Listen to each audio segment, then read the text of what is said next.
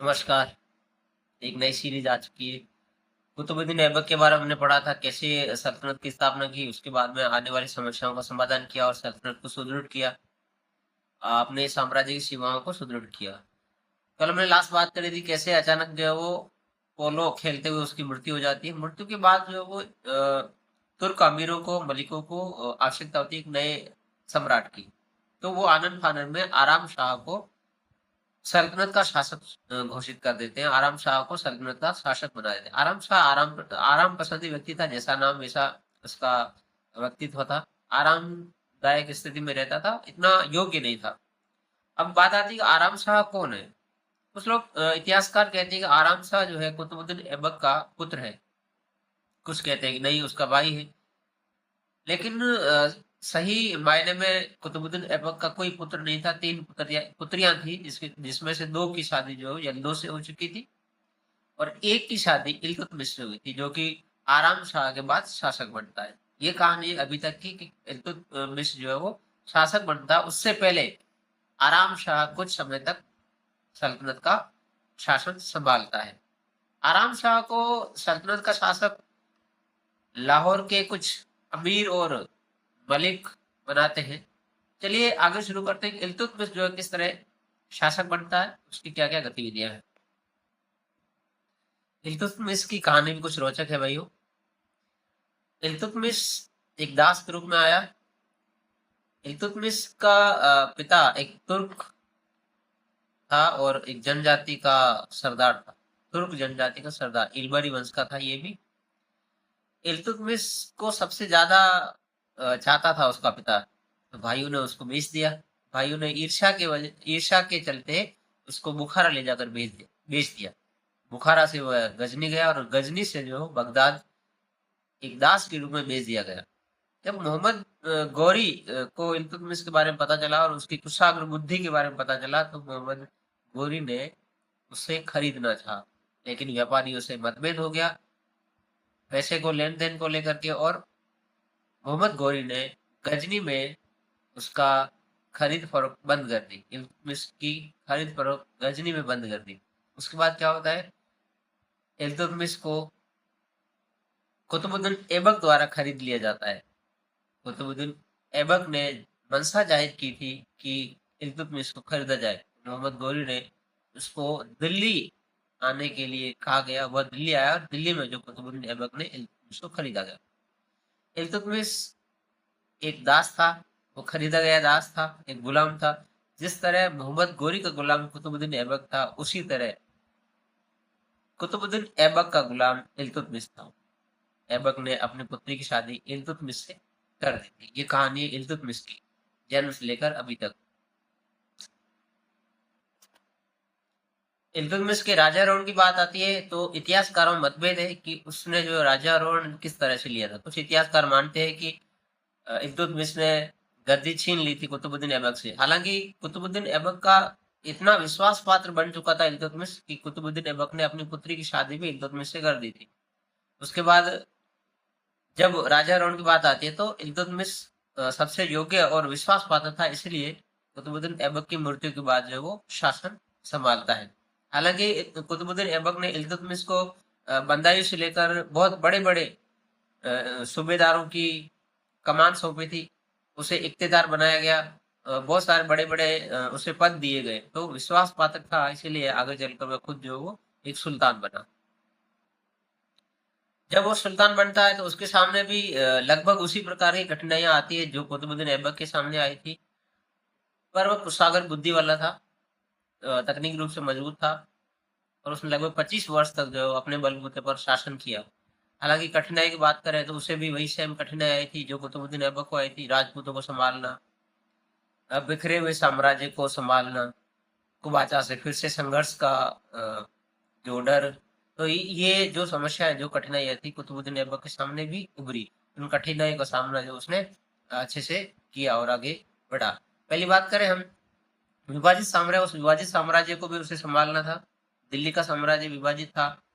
कुतुबुद्दीन ऐबक की मृत्यु के बाद जो चार भाई थे उसमें विभाजित हो गई थी, लेकिन उस विभाजित साम्राज्य को पुनः जो है वो समेटना, ये उसके सामने जो बहुत बड़ी चुनौती थी। आसपास के स्वतंत्र राजपूत राजाओं का जो चुनौती थी, उस चुनौती को सामना किया, क्योंकि स्वतंत्र हो चुके थे बहुत सारे शासक जो थे, जो दिल्ली सल्तनत के अधीन आते। बहुत सारे राजपूत शासक थे, दिल्ली सल्तनत के अधीन आते थे, लेकिन कुतुबुद्दीन ऐबक की मृत्यु के बाद स्वतंत्र हो चुके थे। अब उन स्वतंत्र हुए राज्यों या राजपूत शासकों के विद्रोह का भी उसे सामना करना था इल्तुतमिश को। अगली समस्या थी, यलदौज भी दिल्ली पर जो सल्तनत का दावा करता था। यलदौज कुछ चाहता था कि मैं जो है वो इसका उत्तराधिकारी हूँ, असली उत्तराधिकारी जो है वो मैं हूँ। तो यलदौज के भी इस दावे को ठुकराना या उस दावे को समाप्त करना या यलदौज को समाप्त करना उसकी बड़ी चुनौती थी।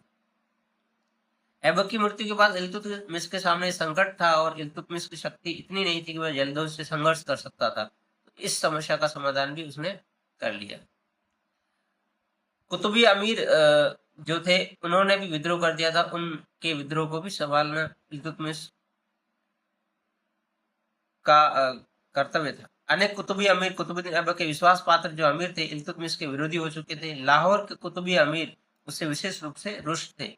लाहौर के जो कुतुबी अमीर थे वो बहुत ज्यादा नाराज थे। आराम शाह का उन्होंने समर्थन किया था और वे इल्तुतमिश को सुल्तान मानने के लिए तैयार नहीं थे। वो जो लाहौर के जो अमीर जो थे, जो मलिक जो थे, जो हमने बात की थी कि आराम शाह को जिन्होंने शासक बनाया था, आराम शाह को शासक बनाने वाले कभी इल्तुतमिश को मानेंगे क्या? कभी नहीं मानेंगे। तो इल्तुतमिश को इन अमीरों का भी सामना करना पड़ा, इनके विद्रोह को भी दबाना पड़ा। ये प्रमुख कठिनाई थी जिसमें बात की। विभाजित साम्राज्य मिला, उसको संभाला। स्वतंत्र राजपूत शासक थे, उनको संभाला। यलदौज को भी संभाला। कुतुबी अमीरों का जो विद्रोह था उस विद्रोह को भी संभाला। अब हम बात करेंगे इल्तुतमिश की उपलब्धियों के बारे में। वो अपने साम्राज्य में किन किन उपलब्धियों को पाया, उनकी उसकी क्या उपलब्धियां थी। इल्तुतमिश ने 25 वर्ष तक शासन किया। अपने शासनकाल में प्रमुख दिल्ली सल्तनत की प्रमुख उपलब्धियों के बारे में बात करेंगे, या फिर हम बात करेंगे इल्तुतमिश के प्रमुख उपलब्धियों की। इल्तुतमिश की उपलब्धियों की बात करें तो सबसे पहली उपलब्धि थी उसने अपने साम्राज्य को सुदृढ़ बनाने के लिए, अपने आप को सुरक्षित करने के लिए 40 अमीरों के दल का गठन किया था, जिसको चहलगामी कहा गया था। चहलगामी मतलब 40 सदस्यों का समूह। उसके बाद यलदौज से उसने समझौता किया कि दिल्ली सल्तनत को किसी प्रकार का जो है वो नुकसान ना हो, और बाद में उसने यलदौज का दमन भी कर दिया, यलदौज को खत्म भी कर दिया। और राजपूत शासकों के जो स्वतंत्र आंदोलन को भी उसने शांत किया। कुबाचा का भी दमन किया।